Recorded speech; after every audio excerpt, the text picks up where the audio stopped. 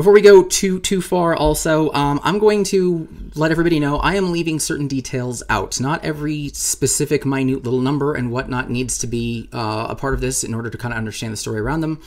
Additionally, I don't exactly have all the numbers. I'm out in Colorado. The company's based in Toronto. I wasn't as close to things as I really wish I were. And for that, I don't necessarily want to speculate on stuff I truly didn't know. And in some cases, some of the stories are not really mine to share.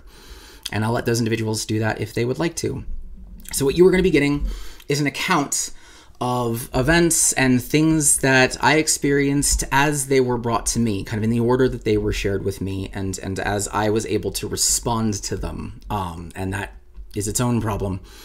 But just letting you know, like, this is not a 100%, this is everything that happened, kind of tell all, oh my gosh thing. This is what came my way and how I was able to respond and the things I learned from it. So for context, for somebody who has no actual clue what in the world is going on, Genesis Battle of Champions is a tactical CCG, has a collectible card game that's real funny if you know the game. The word collectible is funny. It's a tactical CCG that started in, I'm going to safely say 2018. It technically was November 2017, but it really didn't get kind of off the ground until 2018. And for about 3 years, it built a strong core following out in Toronto, just kind of testing its concepts. It had a couple small little sets that came out just again to kind of prove itself. They all sold. They were all able to sell. And then in 2021, they unleashed a... I think actually in 2020, they unleashed Jalara 2nd Edition, which was kind of a love letter to those first couple of sets of testing and stuff that really made the cut and changes and things like that. In 2021, they made a Kickstarter. It did $300,000, roughly, 300,000 US, with a hilariously foreshadowing 666 backers. Can't write that shit, can ya? Good job. Or I guess good job. I don't know, whatever. 666 backers.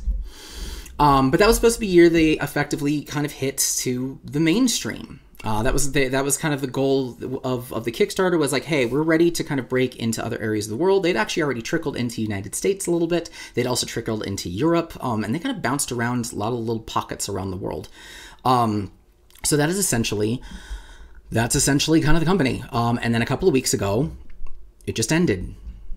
It just ended. There's a post that said, I tried so hard, got so far, and in the end, we're saying goodbye. So how the hell does a $300,000 Kickstarter just like a year and a half ago, how does it say goodbye all of a sudden?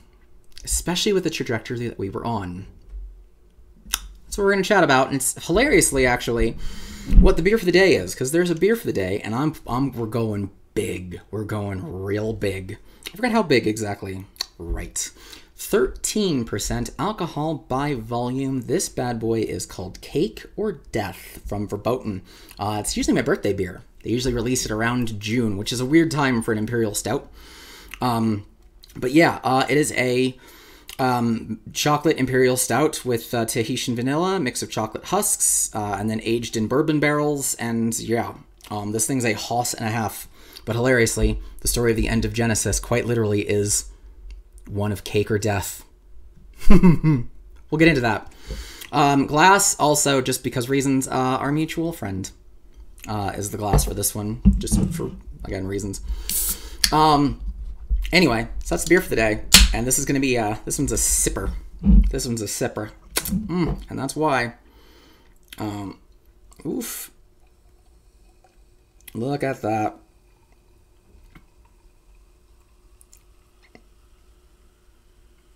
All right.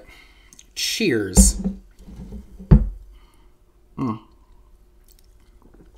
buddy. Ooh, buddy. All right. Sorry, that was a whole minute.